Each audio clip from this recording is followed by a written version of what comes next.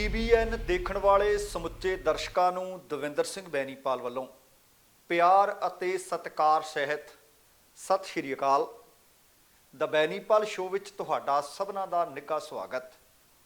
ਮੁੱਖ ਮੰਤਰੀ ਮਾਨ ਦੀ ਗੈਂਗਸਟਰ ਨੂੰ ਅਪੀਲ ਅਤੇ ਨਾਲ ਹੀ ਚੇਤਾਵਨੀ। ਪੰਜਾਬ ਪੁਲਿਸ ਇੱਕ ਹੋਰ ਵੱਡੇ ਆਪਰੇਸ਼ਨ ਦੀ ਤਿਆਰੀ ਵਿੱਚ, ਪੁਲਿਸ ਨੂੰ ਮਿਲੀ ਪੁਖਤਾ ਜਾਣਕਾਰੀ। ਸਿਸੋਦੀਆ ਨੂੰ ਝੂਠੇ ਮਾਮਲੇ ਵਿੱਚ ਫਸਾਇਆ ਜਾ ਰਿਹਾ ਕੇਜਰੀਵਾਲ ਦਾ ਦਾਅਵਾ। ਬੰਗਾਲ ਦੇ 2 ਮੰਤਰੀਆਂ ਦੇ ਘਰਾਂ ਤੇ ਮਾਰੇ ਗਏ ਛਾਪੇ। ਮੂਸੇਵਾਲਾ ਕਤਲ ਕਾਂਡ ਨਾਲ ਸੰਬੰਧਿਤ 2 ਗੈਂਗਸਟਰਾਂ ਦੇ ਪੁਲਿਸ ਮੁਕਾਬਲੇ ਦੀ ਨਿਆਂਇਕ ਜਾਂਚ ਸ਼ੁਰੂ ਅਤੇ ਤਕਰੀਬਨ 44 ਸਾਲ ਪੁਰਾਣੇ ਪੁਲਿਸ ਮੁਕਾਬਲੇ ਦੇ ਕੇਸ ਵਿੱਚ ਘਿਰੇ ਸਿਮਰਨਜੀਤ ਸਿੰਘ ਮਾਨ।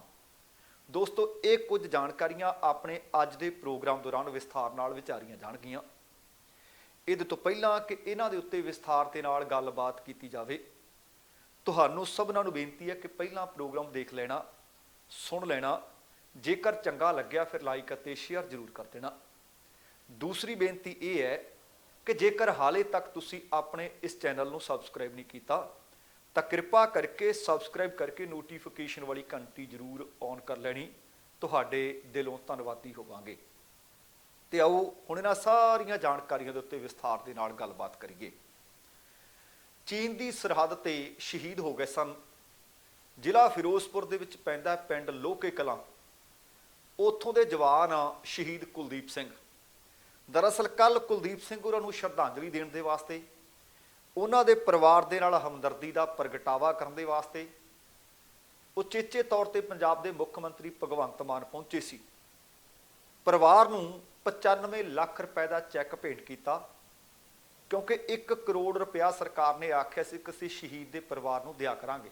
5 ਲੱਖ ਰੁਪਈਆ ਪਹਿਲਾਂ ਦਿੱਤਾ ਜਾ ਚੁੱਕਿਆ ਸੀ। ਤੇ ਨਾਲ ਉਹਨਾਂ ਨੇ ਇਹ ਵੀ ਆਖਿਆ ਕਿ ਸ਼ਹੀਦ ਦੀ ਸ਼ਹਾਦਤ ਦਾ ਕੋਈ ਮੁੱਲ ਨਹੀਂ ਹੁੰਦਾ ਅਤੇ ਜਿਹੜੇ ਲੋਕ ਮੁਲਕ ਵਾਸਤੇ ਕੁਰਬਾਨ ਹੋ ਜਾਂਦੇ ਨੇ ਉਹ ਸ਼ਹੀਦ ਹਮੇਸ਼ਾ ਦੇਸ਼ ਦੇ ਲੋਕਾਂ ਦੇ ਦਿਲਾਂ ਵਿੱਚ ਧੜਕਦੇ ਰਹਿੰਦੇ ਨੇ, ਲੋਕਾਂ ਦੇ ਦਿਲਾਂ ਵਿੱਚ ਰਹਿੰਦੇ ਨੇ।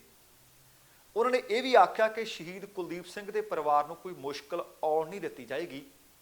ਪੰਜਾਬ ਸਰਕਾਰ ਅਤੇ ਦੇਸ਼ ਦੇ ਲੋਕ ਕੁਲਦੀਪ ਸਿੰਘ ਦੇ ਪਰਿਵਾਰ ਦੇ ਨਾਲ ਰਹਿਣਗੇ। ਉਹਨਾਂ ਨੇ ਇਹ ਵੀ ਆਖਿਆ ਕਿ ਕੁਲਦੀਪ ਸਿੰਘ ਦੇ ਪਰਿਵਾਰਕ ਮੈਂਬਰਾਂ ਜਾਂ ਪਿੰਡ ਲੋਕੇ ਕਲਾਂ ਦੇ ਜੋ ਲੋਕ ਚਾਹੁਣਗੇ ਸ਼ਹੀਦ ਕੁਲਦੀਪ ਸਿੰਘ ਦੀ ਯਾਦ ਦੇ ਵਿੱਚ ਉਹ ਪਿੰਡ 'ਚ ਬਣਾਇਆ ਜਾਏਗਾ। ਤੇ ਨਾਲ ਉਹਨਾਂ ਨੇ ਇਹ ਵੀ ਦੱਸਿਆ ਕਿ ਪਿੰਡ ਦੇ ਵਿੱਚ ਕੋਈ ਸਟੇਡੀਅਮ ਹੈ ਨਹੀਂ, ਇਸ ਕਰਕੇ ਸਰਕਾਰ ਸ਼ਹੀਦ ਦੀ ਯਾਦ ਦੇ ਵਿੱਚ ਖੇਡ ਸਟੇਡੀਅਮ ਵੀ ਜ਼ਰੂਰ ਬਣਾਏਗੀ। ਫਿਰ ਕੁਝ ਕੁ ਪੱਤਰਕਾਰਾਂ ਨੇ ਉੱਥੇ ਸਵਾਲ ਵੀ ਕੀਤੇ। ਆਪਾਂ ਇਸ ਮਸਲੇ ਦੇ ਉੱਤੇ ਕੁਝ ਕੁ ਗੱਲਾਂ ਬਾਤਾਂ ਅੱਜ ਦੇ ਪ੍ਰੋਗਰਾਮ ਪੰਜਾਬ ਬੋਲਦਾ ਵਿੱਚ ਵੀ ਕੀਤੀਆਂ ਸੀ। ਤੇ ਨਾਲ ਉਹਨਾਂ ਨੇ ਜਿਹੜੀਆਂ ਉਚੇਚੇ ਤੌਰ ਤੇ ਗੱਲਾਂ ਆਖੀਆਂ, ਉਹ ਕਹਿੰਦੇ ਪਹਿਲੀ ਗੱਲ ਤਾਂ ਇਹ ਕਿ ਪੰਜਾਬ ਦੇ ਅਮਨ ਕਾਨੂੰਨ ਨੂੰ, ਸ਼ਾਂਤੀ ਨੂੰ ਭੰਗ ਕਰਨ ਦੀ ਕਿਸੇ ਨੂੰ ਕਿਸੇ ਵੀ ਕੀਮਤ ਤੇ ਆਗਿਆ ਨਹੀਂ ਦਿੱਤੀ ਜਾਊਗੀ। ਅਮਨ ਕਾਨੂੰਨ, ਸ਼ਾਂਤੀ, ਸਦਭਾਵਨਾ ਤੇ ਆਪਸੀ ਭਾਈਚਾਰਾ ਹਰ ਹਾਲ ਦੇ ਵਿੱਚ ਕਾਇਮ ਰੱਖਿਆ ਜਾਏਗਾ। ਦੇ ਨਾਲ ਹੀ ਉਹਨਾਂ ਨੇ ਇਹ ਵੀ ਆਖਿਆ ਕਿ ਜਿੰਨੇ ਇਸ ਵਕਤ ਇਸ ਤਾਕ ਜਾਂ ਫਿਰਾਕ ਵਿੱਚ ਨੇ ਉਹ ਭੁੱਲ ਜਾਣ ਕਿ ਪੰਜਾਬ ਦੀ ਸ਼ਾਂਤੀ ਨੂੰ ਉਹ ਅੱਗ ਲਾ ਦੇਣਗੇ। ਤੇ ਨਾਲ ਜਿਹੜੀਆਂ ਕੁਝ ਕੁ ਵੱਡੀਆਂ ਗੱਲਾਂ ਉਹਨਾਂ ਨੇ ਆਖੀਆਂ ਉਹ ਗੈਂਗਸਟਰਾਂ ਨੂੰ ਲੈ ਕੇ ਆਖੀਆਂ, ਗੈਂਗ ਵਾਰ ਜਿਹੜੀ ਚੱਲ ਰਹੀ ਹੈ ਉਹਨੂੰ ਲੈ ਕੇ ਆਖੀਆਂ। ਉਹ ਕਹਿੰਦੇ ਜਿਹੜੀ ਇਹ ਗੈਂਗ ਵਾਰ ਚੱਲ ਰਹੀ ਹੈ ਜਾਂ ਗੈਂਗਸਟਰ ਮੋਢਿਆਂ ਤੋਂ ਦੀ ਥੁੱਕਦੇ ਫਿਰਦੇ ਆ ਨਾ, ਪੰਜਾਬ ਦੇ ਵਿੱਚ ਇਹਨਾਂ ਨੂੰ ਸਿਰ ਚੁੱਕਣ ਦੀ ਆਗਿਆ ਨਹੀਂ ਦਿੱਤੀ ਜਾਏਗੀ। ਉਹਨਾਂ ਨੇ ਆਖਿਆ ਕਿ ਸੱਤਾ ਦੇ ਵਿੱਚ ਰਹੀਆਂ ਅਕਾਲੀ ਦਲ ਤੇ ਕਾਂਗਰਸ ਦੀਆਂ ਸਰਕਾਰਾਂ ਅਸਲ ਦੇ ਵਿੱਚ ਇਹ ਉਹਨਾਂ ਦੀ ਦੇਣ ਆ। ਉਸ ਵਕਤ ਪਣਪਦੇ ਰਹੇ, ਵੱਡੇ ਹੁੰਦੇ ਰਹੇ, ਜਵਾਨ ਹੁੰਦੇ ਰਹੇ। ਇੱਕ ਨੇ ਰੁੱਖ ਲਾਇਆ, ਉਹ ਵੱਡਾ ਹੋਇਆ ਤੇ ਹੁਣ ਕਹਿੰਦੇ ਸਾਡੀ ਵਾਰੀ ਆ ਗਈ, ਅਸੀਂ ਇਹਨੂੰ ਵੱਢਾਂਗੇ। ਭਾਵ ਅਸੀਂ ਇਹਨੂੰ ਹੋਰ ਫੈਲਣ ਨਹੀਂ ਉਹ ਦੇਣਾ।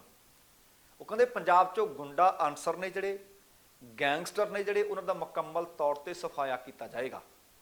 ਤੇ ਨਾਲ ਉਹਨਾਂ ਨੇ ਆਖਿਆ ਕਿ ਭਾਵੇਂ ਕੋਈ ਗੈਂਗਸਟਰ ਹੈ, ਭਾਵੇਂ ਕੋਈ ਹੋਰ ਸਮਾਜ ਵਿਰੋਧੀ ਅਨਸਰ ਹੈ, ਪਹਿਲੀ ਗੱਲ ਤਾਂ ਕਹਿੰਦੇ ਮੈਂ ਉਹਨਾਂ ਨੂੰ ਅਪੀਲ ਕਰਦਾ ਕਿ ਉਹ ਮੁੱਖ ਧਾਰਾ ਦੇ ਵਿੱਚ ਸ਼ਾਮਲ ਹੋ ਜਾਣ। ਉਹਨਾਂ ਦੇ ਵਾਪਸ ਆਉਣ ਤੇ ਉਹਨਾਂ ਦੇ ਖਿਲਾਫ ਕਾਨੂੰਨ ਅਨੁਸਾਰ ਕਾਰਵਾਈ ਕੀਤੀ ਜਾਊਗੀ।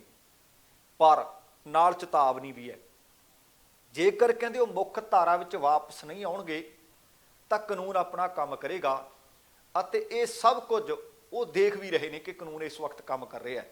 ਉਹਨਾਂ ਕਿਹਾ ਕਿ ਭੁੱਲੇ ਭਟਕੇ ਜਿਹੜੇ ਨੌਜਵਾਨ ਨੇ, ਜਿਹੜੇ ਗਲਤ ਰਸਤਿਆਂ ਤੇ ਜਾ ਚੁੱਕੇ ਹੈ, ਉਹਨਾਂ ਨੂੰ ਪੰਜਾਬ ਸਰਕਾਰ ਦੇ ਵੱਲੋਂ ਅਪੀਲ ਹੈ, ਸਮਾਂ ਦਿੱਤਾ ਜਾ ਰਿਹਾ ਹੈ ਕਿ ਉਹ ਵਾਪਸ ਆਉਣ, ਚੰਗੇ ਸ਼ਹਿਰੀ ਬਣਨ, ਅਤੇ ਆਪਣੇ ਕੰਮਕਾਰ ਤੇ ਵਾਪਸ ਪਰਤਣ।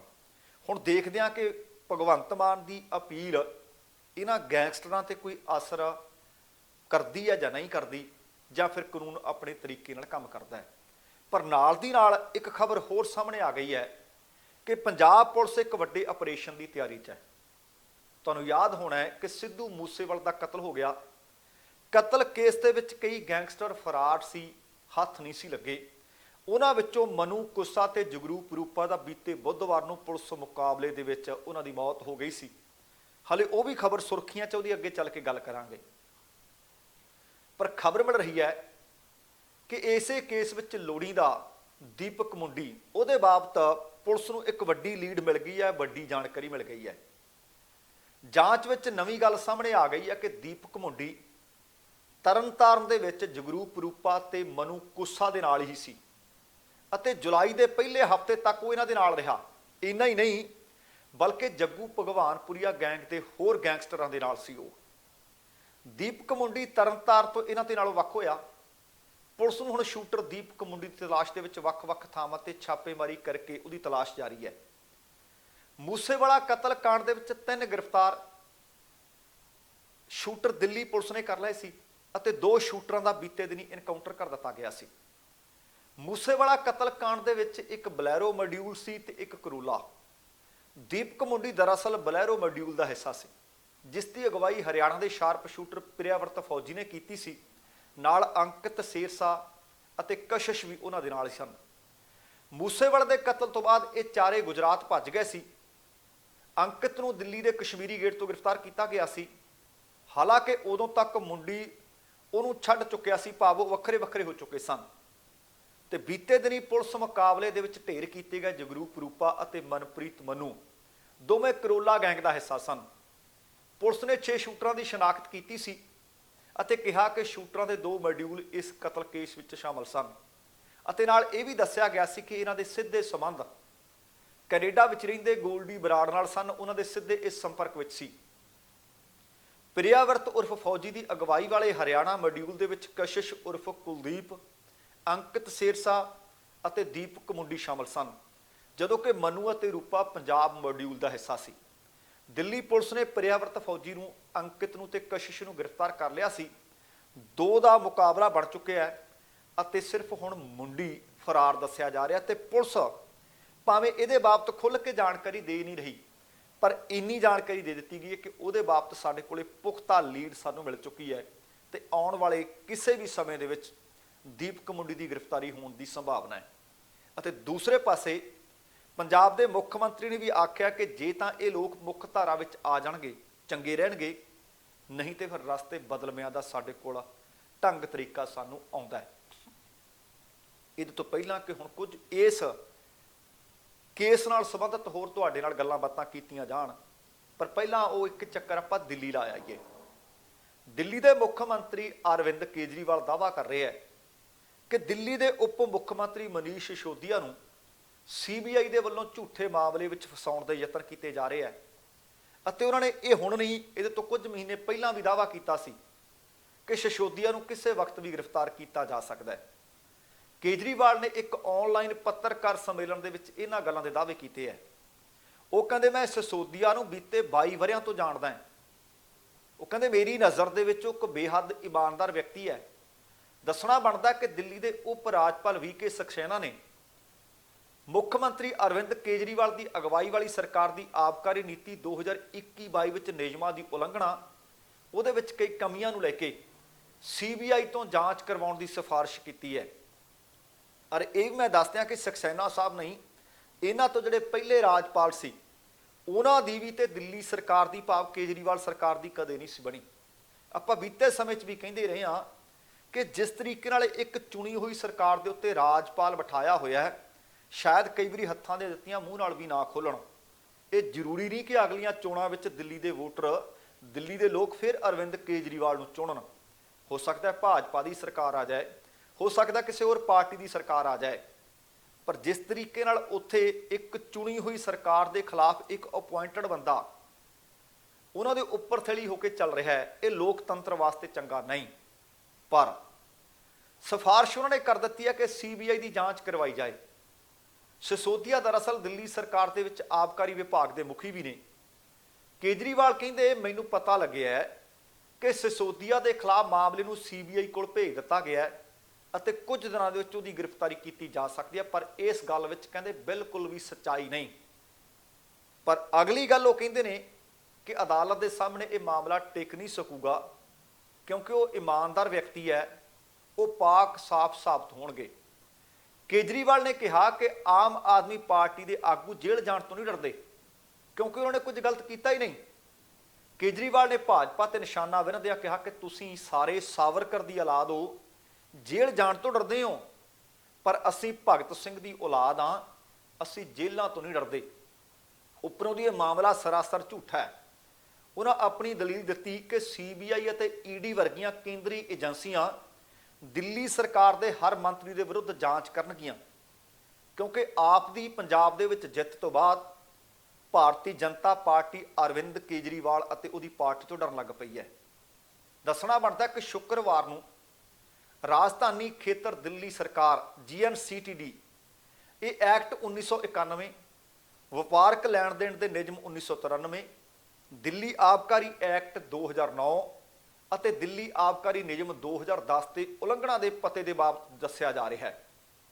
ਇਸ ਰਿਪੋਰਟ ਦੀ ਇੱਕ ਕਾਪੀ ਦਿੱਲੀ ਦੇ ਮੁੱਖ ਮੰਤਰੀ ਅਰਵਿੰਦ ਕੇਜਰੀਵਾਲ ਨੂੰ ਵੀ ਭੇਜੀ ਗਈ ਹੈ। ਇਹ ਨੀਤੀ ਬੀਤੇ ਸਾਲ 17 ਨਵੰਬਰ ਨੂੰ ਲਾਗੂ ਕੀਤੀ ਗਈ ਸੀ, ਜਿਸ ਦਾ ਮਕਸਦ ਦਿੱਲੀ ਸਰਕਾਰ ਦੇ ਵੱਲੋਂ ਸਰਕਾਰੀ ਸ਼ਰਾਬ ਦੇ ਜ਼ਰੀਏ ਵੱਧ ਮਾਲੀਆ ਇਕੱਠਾ ਕਰਨਾ ਸੀ, ਜਿਸ ਲਈ 32 ਜ਼ੋਨ ਸੀ ਅਤੇ 849 ਠੇਕਿਆਂ ਲਈ ਪ੍ਰਾਈਵੇਟ ਬੋਲੀਕਾਰਾਂ ਨੂੰ ਪ੍ਰਚੂਨ ਲਾਇਸੈਂਸ ਜਾਰੀ ਕਰ ਦਿੱਤੇ ਗਏ ਸੀ। ਸੂਤਰ ਦੱਸਦੇ ਆ ਕਿ ਦਿੱਲੀ ਦੇ ਉਪ ਰਾਜਪਾਲ ਨੂੰ ਸੀਨੀਅਰ ਰਾਜਨੀਤਿਕ ਪੱਧਰ ਤੇ ਵਿੱਤੀ ਰਿਆਇਤਾਂ ਦਿੱਤੇ ਜਾਣ ਦੇ ਠੋਸ ਸੰਕੇਤ ਮਿਲੇ ਸੀ, ਜਿਨ੍ਹਾਂ ਦੇ ਵਿੱਚ ਆਬਕਾਰੀ ਮੰਤਰੀ ਨੇ ਕਾਨੂੰਨੀ ਪ੍ਰਬੰਧਾਂ ਦੀ ਉਲੰਘਣਾ ਕੀਤੀ ਅਤੇ ਆਪਣੇ ਪੱਧਰ ਦੇ ਕੁਝ ਫੈਸਲੇ ਲਾਗੂ ਕਰਵਾ ਦਿੱਤੇ, ਜਿਸ ਦੇ ਕਾਰਨ ਸੀਬੀਆਈ ਨੂੰ ਜਾਂਚ ਕੀਤੇ ਜਾਣ ਦੀ ਸਿਫਾਰਿਸ਼ ਕਰ ਦਿੱਤੀ ਗਈ ਹੈ। ਇੱਕ ਵਾਰ ਫਿਰ ਅਰਵਿੰਦ ਕੇਜਰੀਵਾਲ ਦੀ ਸਰਕਾਰ ਅਤੇ ਦਿੱਲੀ ਦੇ ਉਪ ਰਾਜਪਾਲ ਆਮੋ ਸਾਹਮਣੇ ਹੋ ਗਏ ਹੈ। ਵੇਖਦੇ ਹਾਂ ਕਿ ਕੀ ਗ੍ਰਿਫਤਾਰੀ ਹੁੰਦੀ ਹੈ ਜਾਂ ਫਿਰ ਪਹਿਲਾਂ ਹੀ ਜਿਸ ਤਰ੍ਹਾਂ 4 ਮਹੀਨੇ ਪਹਿਲਾਂ ਆਖਿਆ ਸੀ ਕਿ ਉਸੇ ਤਰੀਕੇ ਦੀ ਇੱਕ ਵਾਰ ਫਿਰ ਤੋਂ ਅਫਵਾਹ ਹੈ। ਪਰ ਜਿਹੜੀ ਗੱਲ ਅਰਵਿੰਦ ਕੇਜਰੀਵਾਲ ਆਖ ਰਹੇ ਨੇ ਕਿ ਈਡੀ ਅਤੇ ਸੀਬੀਆਈ ਕੇਂਦਰ ਸਰਕਾਰ ਦੇ ਵੱਲੋਂ ਆਪਣੇ ਨਿੱਜੀ ਵਫਾਦ ਦੇ ਵਾਸਤੇ ਇਹਨਾਂ ਦੀ ਵਰਤੋਂ ਕੀਤੀ ਜਾ ਰਹੀ ਹੈ, ਇਸ ਖਬਰ ਦੇ ਵਿੱਚ ਵੀ ਤੁਹਾਨੂੰ ਤਕਰੀਬਨ ਇਸੇ ਤਰ੍ਹਾਂ ਦੀ ਬੋ ਆਏਗੀ। ਤੁਹਾਨੂੰ ਯਾਦ ਹੋਣਾ ਹੈ ਕਿ ਅਧਿਆਪਕ ਘੁਟਾਲਾ ਹੋਇਆ ਸੀ। ਇਸ ਅਧਿਆਪਕ ਭਰਤੀ ਘੁਟਾਲੇ ਦੇ ਸਬੰਧ ਦੇ ਵਿੱਚ ਪੱਛਮੀ ਬੰਗਾਲ ਦੇ 2 ਮੰਤਰੀ ਪਾਰਥ ਚੈਟਰਜੀ ਅਤੇ ਪ੍ਰੇਸ਼ ਅਧਿਕਾਰੀ ਦੀਆਂ ਰਿਹਾਇਸ਼ਾਂ ਤੇ ਛਾਪੇਮਾਰੀ ਦੀ ਖਬਰ ਹੈ। ਜਾਣਕਾਰੀ ਦੇ ਅਨੁਸਾਰ ਈਡੀ ਦੇ ਕਈ ਅਧਿਕਾਰੀ ਚੈਟਰਜੀ ਦੀ ਰਿਹਾਇਸ਼ ਤੇ ਤਕਰੀਬਨ ਸਵੇਰ ਦੇ 8:30 ਵਜੇ ਪਹੁੰਚਦੇ ਹੈ ਅਤੇ 11 ਘੰਟਿਆਂ ਦੇ ਆਸ-ਪਾਸ ਉਹਨਾਂ ਤੋਂ ਪੁੱਛਗਿੱਛ ਕਰਦੇ ਰਹਿੰਦੇ ਹੈ। ਉਹਨਾਂ ਦੇ ਘਰ ਦੇ ਬਾਹਰ ਉਸ ਵਕਤ CRPF ਤੈਨਾਤ ਕਰ ਦਿੱਤੀ ਗਈ ਤੇ ਇਸੇ ਦੌਰਾਨ ਇਹ ਵੀ ਖਬਰ ਹੈ ਕਿ ਪਾਰਥਾ ਦੀ ਸਿਹਤ ਵੀ ਵਿਗੜੀ ਅਤੇ ਸਰਕਾਰੀ ਹਸਪਤਾਲ ਦੇ ਵਿੱਚੋਂ ਡਾਕਟਰਾਂ ਦੀ ਟੀਮ ਮੰਗਵਾਈ ਗਈ ਅਤੇ ਉਹਨਾਂ ਦਾ ਇਲਾਜ ਕਰਵਾਇਆ ਗਿਆ। ਇਸੇ ਤਰ੍ਹਾਂ ਈਡੀ ਦੀ ਇੱਕ ਹੋਰ ਟੀਮ ਕੂਚ ਬਿਹਾਰ ਜ਼ਿਲ੍ਹੇ ਦੇ ਮੇਖਲੀਗੰਜ ਸਥਿਤ ਘਰ ਪਹੁੰਚਦੇ ਨੇ ਅਤੇ ਉਹਨਾਂ ਦੇ ਪਰਿਵਾਰਕ ਮੈਂਬਰਾਂ ਤੋਂ ਵੀ ਪੁੱਛਗਿੱਛ ਕੀਤੀ ਗਈ।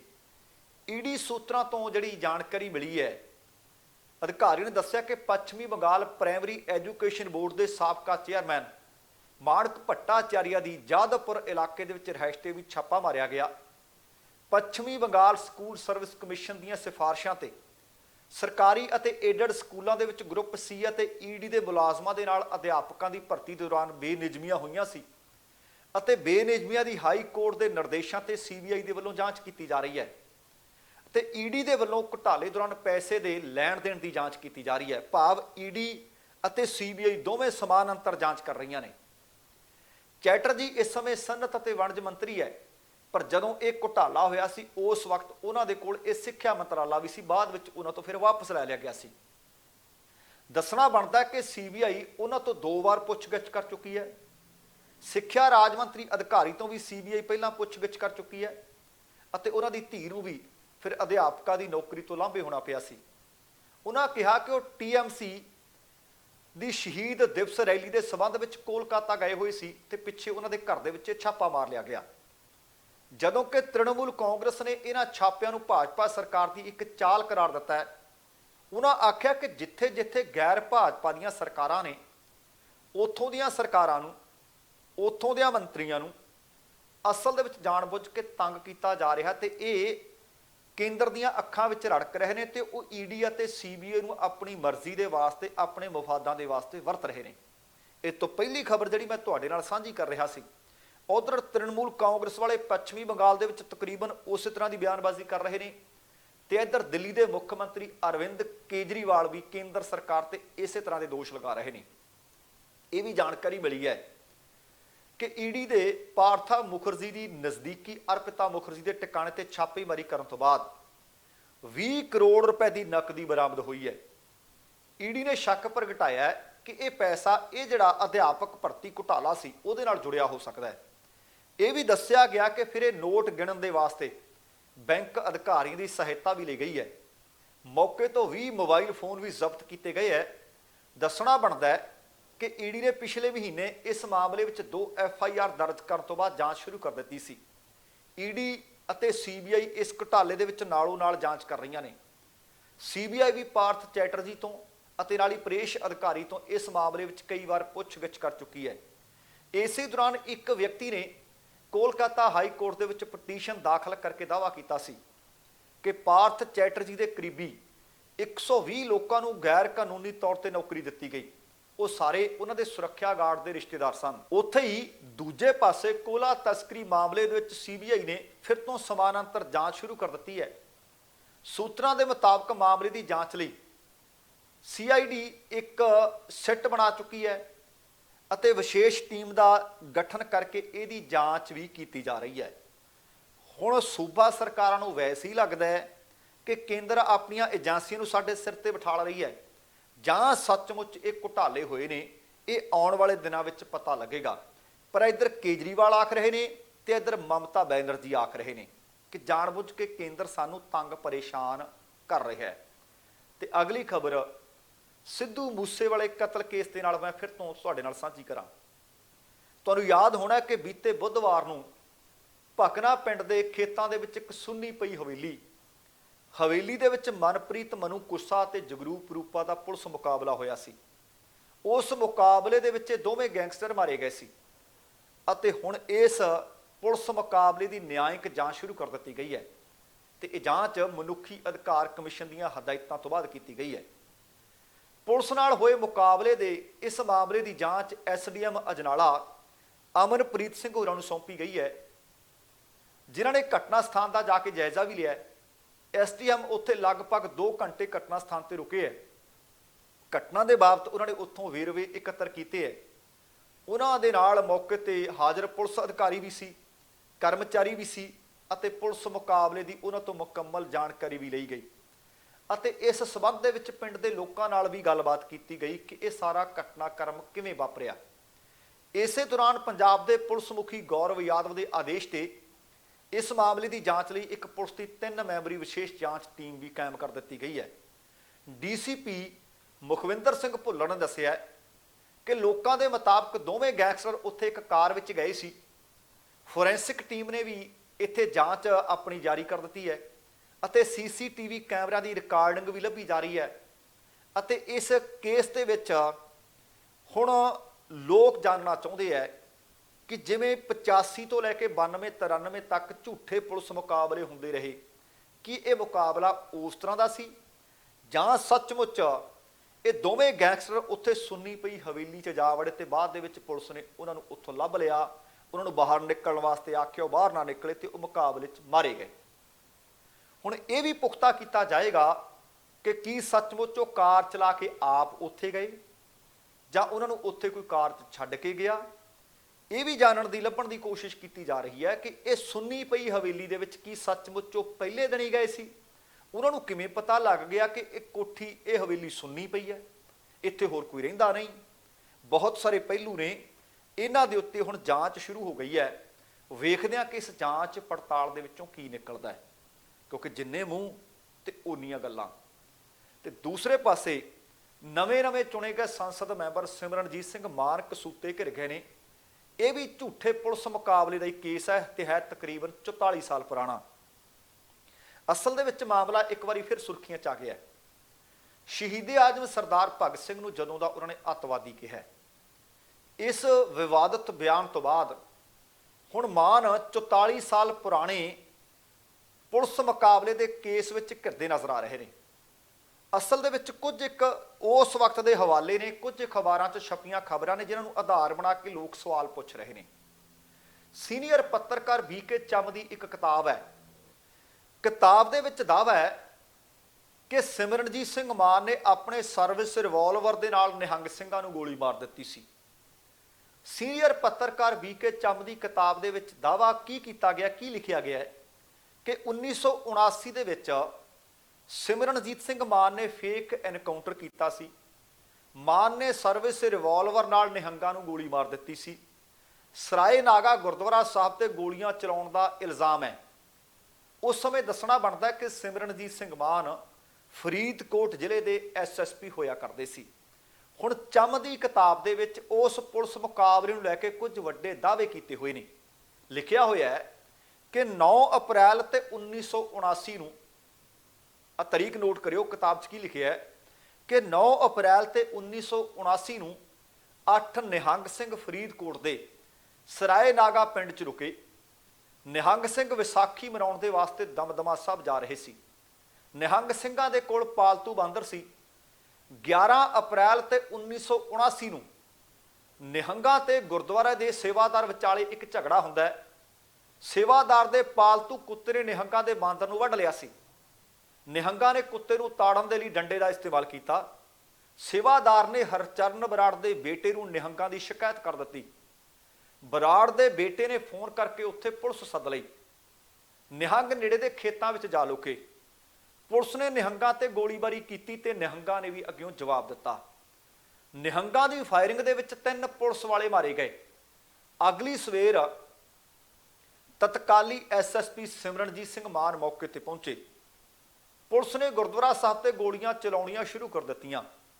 ਪੁਲਿਸ ਨੇ ਗੁਰਦੁਆਰਾ ਸਾਹਿਬ ਨੂੰ ਉਡਾਉਣ ਤੱਕ ਦੀ ਧਮਕੀ ਦੇ ਦਿੱਤੀ। ਕੁਝ ਲੋਕਾਂ ਦੇ ਦਖਲ ਤੋਂ ਬਾਅਦ ਨਿਹੰਗ ਸਿੰਘਾਂ ਨੇ ਆਤਮ ਸਮਰਪਣ ਕੀਤਾ। 5 ਨਿਹੰਗਾਂ ਦੀਆਂ ਅੱਖਾਂ ਤੇ ਪੱਟੀਆਂ ਤੇ ਰੱਸੀਆਂ ਨਾਲ ਬੰਨ੍ਹ ਕੇ ਗੁਰਦੁਆਰਾ ਸਾਹਿਬ ਦੇ ਉਹਨੂੰ ਪਿੱਛੇ ਲਿਜਾਇਆ ਗਿਆ। ਉਸ ਵਕਤ ਦੇ ਐਸਐਸਪੀ ਸਿਮਰਨਜੀਤ ਸਿੰਘ ਮਾਨ ਨੇ ਆਪਣੀ ਸਰਵਿਸ ਰਿਵਾਲਵਰ ਨਾਲ ਨਿਹੰਗਾਂ ਤੇ ਗੋਲੀ ਚਲਾਈ। ਮਾਨ ਦੀ ਗੋਲੀ ਨਾਲ 2 ਨਿਹੰਗ ਸਿੰਘਾਂ ਦੀ ਮੌਤ ਹੋ ਗਈ। ਤਤਕਾਲੀ ਡੀਐਮ ਨੇ ਐਸਐਸਪੀ ਦਾ ਹੱਥ ਫੜ ਕੇ ਰੋਕ ਲਿਆ ਤੇ ਹੋਰ ਨਿਹੰਗਾਂ ਨੂੰ ਉੱਥੇ ਮੌਜੂਦ ਇੱਕ ਪੁਲਿਸ ਵਾਲੇ ਨੇ ਫਿਰ ਮਾਰ ਦਿੱਤਾ। ਇਹ ਉਸ ਕਿਤਾਬ ਦੇ ਵਿੱਚ ਦਰਜ ਕਹਾਣੀ ਜਿਹੜੀ ਮੈਂ ਤੁਹਾਨੂੰ ਸੁਣਾਈ ਹੈ। ਹੁਣ ਇਸ 44 ਸਾਲ ਪੁਰਾਣੇ ਪੁਲਿਸ ਮੁਕਾਬਲੇ ਦਾ ਫਿਰ ਸੱਚ ਕੀ ਹੈ? ਕਿਉਂਕਿ ਉੱਥੇ ਸਿਰਫ ਉਹ ਨਿਹੰਗ ਸਿੰਘ ਦਾ ਸਿਮਰਨਜੀਤ ਸਿੰਘ ਮਾਨ ਹੀ ਨਹੀਂ ਸੀ। ਜਿਸ ਤਰ੍ਹਾਂ ਤੁਸੀਂ ਵੇਖਿਆ ਹੋਣਾ ਕਿ ਜਿਹੜਾ ਬੀਤੇ ਬੁੱਧਵਾਰ ਨੂੰ ਪੁਲਿਸ ਮੁਕਾਬਲਾ ਹੋਇਆ ਹੈ, ਆਲੇ ਦੁਆਲੇ ਦੇ ਕਈ ਪਿੰਡਾਂ ਦੇ ਲੋਕ ਖੜ ਕੇ ਵੇਖ ਰਹੇ ਸੀ। ਹੁਣ ਉਹ ਗੱਲਾਂ ਨਿਕਲ ਕੇ ਸਾਹਮਣੇ ਵੀ ਆਉਣ ਲੱਗ ਪਈਆਂ। ਕੋਈ ਕਹਿੰਦਾ ਮੈਂ ਮੱਕੀ ਦੇ ਖੇਤ ਦੇ ਵਿੱਚ ਕੰਮ ਕਰ ਰਿਹਾ ਸੀ। ਕੋਈ ਦੱਸ ਰਿਹਾ ਕਿ ਪਹਿਲਾਂ 2 ਨੌਜਵਾਨ ਉਸ ਹਵੇਲੀ 'ਚ ਵੜਦੇ ਆ, ਪਿੱਛੇ 5 ਜਾਂ 6 ਸਿਵਲ ਕੱਪੜਿਆਂ ਦੇ ਵਿੱਚ ਬੰਦੇ ਜਾਂਦੇ ਆ, ਪਰ ਸਾਨੂੰ ਨਹੀਂ ਸੀ ਪਤਾ, ਕਹਿੰਦੇ ਕਿ ਪੁਲਿਸ ਵਾਲੇ ਆ। ਸਾਨੂੰ ਤਾਂ ਉਦੋਂ ਪਤਾ ਲੱਗਿਆ ਜਦੋਂ ਉਹਨਾਂ ਨੇ ਕਿਹਾ ਕਿ ਇੱਥੋਂ ਦੂਰ ਦੂਰ ਚਲੇ ਜਾਓ। ਉਹ ਗੈਂਗਸਟਰ ਸੀ ਜਿਹੜੇ ਅੰਦਰ ਜਾ ਵੜੇ, ਪੁਲਿਸ ਨੂੰ ਲੋੜੀਂਦੇ ਆ। ਫਿਰ ਉਹ ਇੱਕ ਸਪੀਕਰ ਦੇ ਰਾਹੀਂ ਅਨਾਉਂਸਮੈਂਟ ਕਰਦੇ ਆ ਕਿ ਆਤਮ ਸਮਰਪਣ ਕਰ ਦਿਓ। ਹੁਣ ਉਹ ਗੱਲਾਂ ਲੋਕਾਂ ਨੇ ਸਾਰਿਆਂ ਨੇ ਅੱਖੀਂ ਤੱਕੀਆਂ ਨੇ। ਹੁਣ ਉਹ ਦੱਸਣਗੇ ਕਿ ਕੀ ਸੱਚਮੁੱਚ ਉਹ ਪੁਲਿਸ ਨੇ ਲਿਆ ਕੇ ਉੱਥੇ ਛੱਡੇ, ਜਾਂ ਸੱਚਮੁੱਚ ਉਹ ਇਕੱਲੇ ਕਾਰ ਦੋਵੇਂ ਜਾਣੇ ਆਏ ਸੀ, ਜਾਂ ਉਹਨਾਂ ਨੂੰ ਕੋਈ ਉੱਥੇ ਲਾ ਕੇ ਗਿਆ। ਇਹ ਗਵਾਹੀਆਂ ਆਉਣ ਵਾਲੇ ਦਿਨਾਂ 'ਚ ਹੋਣਗੀਆਂ। ਫਿਰ ਸੀਸੀਟੀਵੀ ਕੈਮਰੇ ਬੋਲਣਗੇ, ਦੱਸਣਗੇ ਕਿ ਕੀ ਸੱਚਮੁੱਚ ਉੱਥੋਂ ਦੀ ਕੋਈ ਕਾਰ ਆਉਂਦੀ ਨਜ਼ਰ ਆਉਂਦੀ ਹੈ। ਖੈਰ, ਇੱਥੇ ਆਪਾਂ ਮੁੜ ਕੇ ਆਈਏ। ਹੁਣ ਹਜ਼ਾਰਾਂ ਲੋਕ ਇਕੱਠੇ ਹੋਏ। ਉਹਨਾਂ ਨੇ ਇਹ ਆਤਮ ਸਮਰਪਣ ਆਪਣੇ ਅੱਖੀਂ ਤੱਕਿਆ। 5 ਨਿਹੰਗ ਸਿੰਘਾਂ ਨੂੰ ਬਾਕੀਆਂ ਨਾਲੋਂ ਕਿਵੇਂ ਵੱਖਰੇ ਕੀਤਾ ਗਿਆ, ਇਹ ਲੋਕਾਂ ਨੇ ਉਸ ਵਕਤ ਦੇਖਿਆ। ਉਹਨਾਂ ਦੀਆਂ ਅੱਖਾਂ ਤੇ ਪੱਟੀਆਂ ਬੰਨੀਆਂ ਲੋਕਾਂ ਨੇ ਦੇਖੀਆਂ। ਰੱਸੀਆਂ ਨਾਲ ਬੰਨ੍ਹ ਕੇ ਗੁਰਦੁਆਰਾ ਸਾਹਿਬ ਦੇ ਪਿੱਛੇ ਜਨਤਾ ਦੇ ਸਾਹਮਣੇ ਉਹਨਾਂ ਨੂੰ ਲਿਜਾਇਆ ਗਿਆ, ਇਹ ਲੋਕਾਂ ਨੇ ਦੇਖਿਆ। ਫਿਰ ਉਸ ਵਕਤ ਦੇ ਐਸਐਸਪੀ ਨੇ ਆਪਣੀ ਸਰਵਿਸ ਰਿਵਾਲਵਰ ਕੱਢੀ, ਗੋਲੀ ਚਲਾਈ ਅਤੇ 2 ਨੂੰ ਮੌਤ ਦੇ ਘਾਟ ਉਤਾਰ ਦਿੱਤਾ। ਜਦੋਂ ਕਿ ਜ਼ਿਲ੍ਹਾ ਮੈਜਿਸਟ੍ਰੇਟ ਨੇ ਉਹਨਾਂ ਦਾ ਹੱਥ ਫੜ ਲਿਆ ਤੇ ਅੱਗੇ ਦੇ ਕੋਲਡ ਬਲੱਡਡ ਮਰਡਰ ਨੂੰ ਰੋਕ ਲਿਆ। ਭਾਵ ਕਹਿੰਦੇ ਨਾ, ਇਹ ਕੰਮ ਨਾ ਕਰ। ਵੀਕੇ ਚੰਮ ਤੋਂ ਇਲਾਵਾ ਇੱਕ ਸਾਬਕਾ ਆਈਏਐਸ ਨੇ ਗੁਰਤੇਜ ਸਿੰਘ, ਸਾਬਕਾ ਨੌਕਰਸ਼ਾਹ ਗੁਰਤੇਜ ਸਿੰਘ ਨੇ ਵੀ ਦਾਅਵਾ ਕੀਤਾ ਸੀ कि हिरासत विच लै जाण तो बाद ही निहंगां दा मुकाबला बनाया गया। ते उन्हां दे आर्टिकल का जिक्र भी BK चम की किताब दे विच लिखिया होया। हुण साबका IAS गुरतेज सिंह उन्होंने की लिखिया होया, वो दावा करते हैं कि 1 साल बाद मैं पंजाब सकत्तरेत दे विच SSP नूं मिलिया, भाव सिमरनजीत सिंह मान नूं मिलिया। सिमरनजीत सिंह मान नूं मिल के उन्हां तों पुछया कि उन्हां सिख धर्म के सब तो पवित्र अस्थान चों एक उहदे ते गोली क्यों चलाई, कहंदे मैं सवाल कीता। अते उन्हां ने निहंगां नूं अपनी हिरासत विच लैण तो बाद क्यों मारिया, उन्हां नूं सज़ा दित्ती जा सकदी सी, क्यों मारिया, सवाल किया। अग्यों कहते SSP का जवाब मैनू हैरान करने वाला मिलिया। ये साबका IAS का बयान है। वो कहते मैं फौजां का जरनैल सी, मेरे सामने मेरे सिपाही शहीद हो गए, मेरियां अखां च खून उतर आया। घटना के 1 साल बाद भी वो कहते SSP कोई पछतावा नहीं सी कर रहा। दसना बनता कि दरअसल पिंड सराय नागा दे जिस गुरुद्वारा साहब ते ये गोलियां चलियां सी, जिथे ये पुलिस मुकाबला बनाया गया सी, वो श्री गुरु अंगद देव जी का जन्म स्थान है। किताब दे विच इस गल का दावा भी किया गया है कि SSP रहिंदियां सिमरनजीत सिंह मान ने इसे गुरुद्वारा दीयां कंधां नूं अपणियां गोलियां का निशाना बनाया सी, जिस नूं लेके हुण संसद सिमरनजीत सिंह मान तो फिर लोग सवाल करन लग पए है कि जिहड़े पुलिस मुकाबलिਆਂ ਦਾ ਤੁਸੀਂ ਜ਼ਿਕਰ ਕਰਦੇ ਹੋ कि हज़ारां ਮੁੰਡਿਆਂ ਨੂੰ निर्दोषां ਨੂੰ मार दिता, कि ਤੁਹਾਡੇ ਉੱਤੇ भी ਉਹੀ ਦੋਸ਼ ਲੱਗ ਰਹੇ ਨੇ, ਇਹਨਾਂ ਦੋਸ਼ਾਂ ਦੇ ਜਵਾਬ ਦਿਓ। ਜੇਕਰ ਤੁਸੀਂ ਕਹਿੰਦੇ ਹੋ कि उस वक्त अकाली इंदिरा गांधी ਨੂੰ शांत कर सकते सी, ਸਰੋਪਾ दे सकते जिस तरह ਤੁਹਾਡੇ नाना जी ने दिता, फिर तो बहुत सारिया परतां होर भी खुलणगियां ते लोग सवाल करनगे कि जिन्हां ने भी दरबार साहब नूं ढाया, ਇਹਦਾ मतलब वो सारे लोग उन्हां हुक्मरानां नूं शांत करन विच किते ना किते असफल रहे। सो हुण वेखदे हां कि सचमुच्चा सवाल एक बारी फिर उठ के खड़े हो गए है, पर चफेरियों इस बयान की निंदा हो रही है। सो दोस्तों, कुल मिला के ये सी अपना अज का यह प्रोग्राम। उम्मीद कर रहे हैं तुहानूं चंगा लग्या होएगा। जेकर प्रोग्राम चंगा लग्या है तो कृपा करके लाइक और शेयर जरूर कर देना, तो जेकर हाले तक तुसी अपने इस चैनल को सबसक्राइब नहीं किया तो कृपा करके सबसक्राइब करके नोटिफिकेशन वाली घंटी जरूर ऑन कर लैनी। तुहाडे दिलों धन्नवादी होवांगे। हुण समा समाप्त है, जाण तो पहला कहांगा जिंदगी जिंदा दिली का नाम है। दविंदर सिंह बैनीपाल नूं आग्या दिओ। सत श्री अकाल ते रब राखा।